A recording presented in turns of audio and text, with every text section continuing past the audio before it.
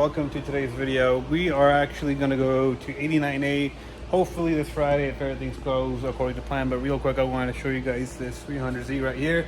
So this is a V32 and this is the twin turbo model. So we just wrapped up the tints on this thing. We did ceramic all the way around, pretty much 5% all the way around. Besides the windshield, we got 35% windshield.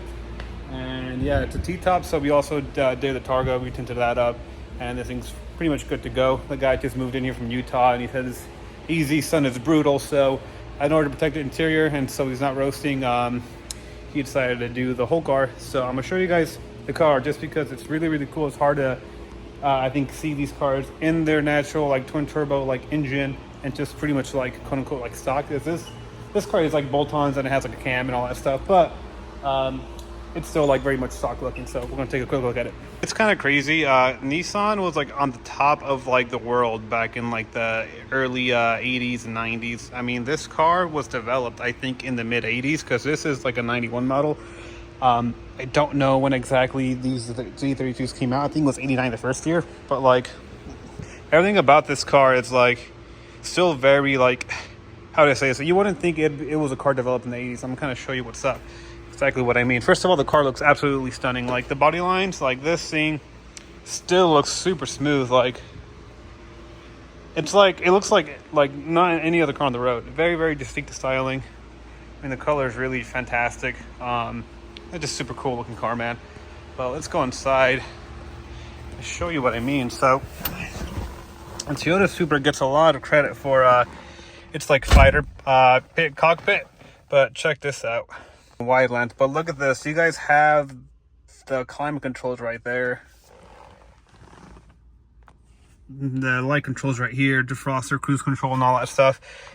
Boost gauge right there, if it can focus, maybe not, but it's just so cool, man. Like, this car was super ahead of its time. It's kind of actually reminds me of the VR4, which that car was praised a lot for its like technological like advances, I guess, and like what it was capable of. And this thing, I think, more impressive considering when it came out. So check this out. Okay.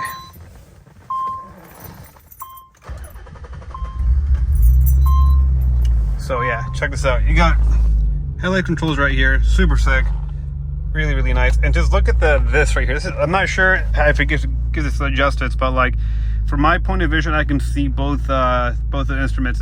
There's me in that instrument. But check this out. Look how intuitive like the control switches are. So you got your fan speed here, controller right here, and it cycles through all of them. You got your off button right there if you want to turn it off. So we'll just leave it on one. And then this controls where the fan is shooting, right? So that's just in the face, legs, just legs right here, defroster and legs, and then just face. So it cycles through that. You can hit auto. It has an auto climate, which is freaking sick for back then. I think this is Econ. I think you can recirculate the air right there. I think just by so it recirculates air at the bottom inside the car, not the outside. But check that out. That's super sick. I think the owner's here for the car, so I'm gonna pull that out now. But super sick. Yeah, this car's sick. We'll take a quick look at it right now. Oh, it's not the same guy. It's another guy. Okay, all right. So we're back. That was actually some other guy, but.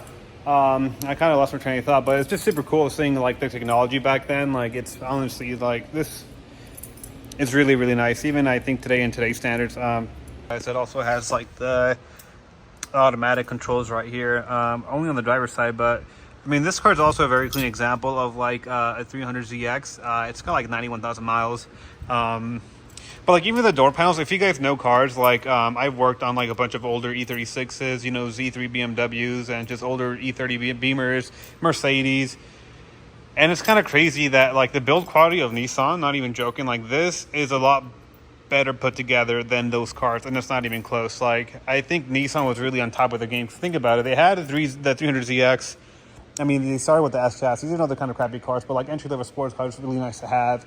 They had the GTR, the 32 that just came out, and then, you know, they just kind of like we're at the peak of it. And there's a lot of Nissan cars like we didn't get down here, like little four-cylinder turbos. Let's look at what they call little hatchback things, but not just like in the lineup, but just like the quality of like the at the time, you know, this is really, really good. Like, I mean, dude, like the BMW door cards of this time in the 89s are literally just like a piece of freaking cardboard. I'm not even joking. Like, if you take those door cards off, they literally break.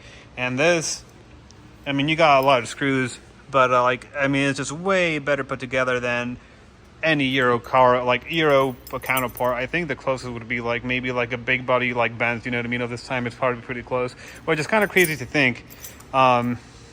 But yeah, man, it's unfortunate to see where like Nissan's gotten now, just because it had really, really cool stuff, you know what I mean, back in the day. And I think where Nissan screwed up is, I mean, they just seem to stop to innovate, you know what I mean? Like, they just maybe went too much of the corporate route and just wanted to take money, which I guess at the end of the day, for me personally, that's not the point of business. For me, the point of business is like kind of like offer a service that people like deem like, you know, worthy of their like money, not necessarily just to make money.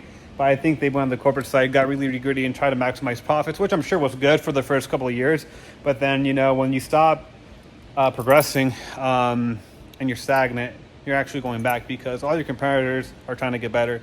And unfortunately, to me, looking out, that's kind of what happened to Nissan, right? Like, they just super successful. They got really complacent. They're like, okay, let's just make more money. And then they stopped innovating. And then, yeah, they are where they are right now. Yeah, it just sucks. But it is what it is. So it's the day of the 89 day. 89 is the name of the road. But got the SK here. We're going to do a fresh oil change before we head to Josh's place. And yeah, so 10W40 is what we use. I'm going to show you guys what's up. All right, here we go. Oh, it's a box inside another box. I should have known. Put here, bitch. There she is, 10W40 synthetic castor oil. So this is kind of hard to come by. I mean, not really. You can just go on Amazon or eBay, but you can't find this off shelf really. So this is what we're gonna throw in. It takes about 5.7 quarts. So yeah, pretty much most of these. Yeah, I'm gonna jack this thing up and get to it. It's freaking hot, so I'm gonna let it cool off for a bit. But we'll get started, and we'll see you guys at Josh's. Oh yeah, boys. So you do it. Good thing we're on our way to Josh's. I finally got out of traffic, so I can finally record a little bit now. Yeah, look at the sunset. I think we're gonna get rain because I checked the forecast. It's gonna rain in Prescott. It's like 35% chance, and this is where we're going right next to it. So I am expecting rain, which will make things interesting. That's the case, we're probably going to cruise, but I've never driven on that road at night, let alone in the rain, so it should make for a very entertaining or interesting drive, at the very least. But yeah, we're probably like 15 minutes away from Josh's. She lives way out here. It's like an hour drive from my shop. Thankfully on the way to where we're going to go, so we'll give you guys an update once we get there. See you guys in a bit. That's where we're heading, boys, straight into that. Straight to those clouds. It was lightning right now. You can see some lightning bolts strike the ground, but see you guys in a bit. That's a Theo right there. We got like this next one, we got the R&L. Like the fun. Yeah. Like, I mean, I want to say This is the lineup right here. 1M. This thing's sick. There's like only like 700 of these made. And look at this color.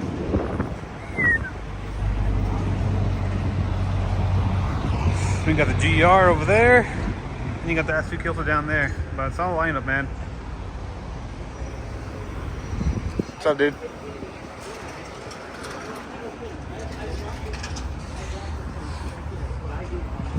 It's 8:30. Now comes the fun part. Car is fueled up, and yeah, I got my GoPro, so hopefully I can transfer those files over. Yeah, it's gonna be a lot of fun. Can't wait. My windshield's freaking dirty.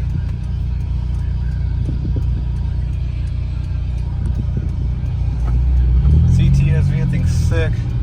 Weather right now is like absolutely insane. It's so nice up here. It's like 70 degrees and it just rained. It smells so good. It's so cool.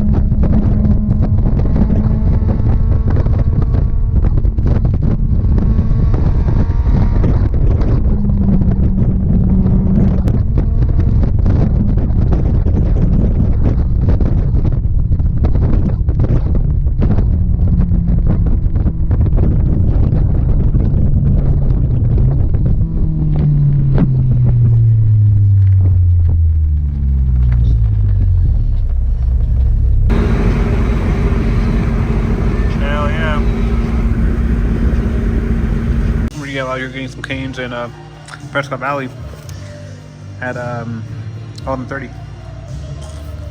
Cool. Hot. All right. Well, that was fun. We're in Prescott Valley. We're about to take off. Pretty much going to be here for the night because I got to work. Actually, it's almost 12 already. So yeah, I got to drive back home. And yeah, got our energy drink. Should be good. I'm feeling good. Got good sleep last night, so I don't think getting sleepy is going to be a problem. But we will see you guys out there. And yeah, peace.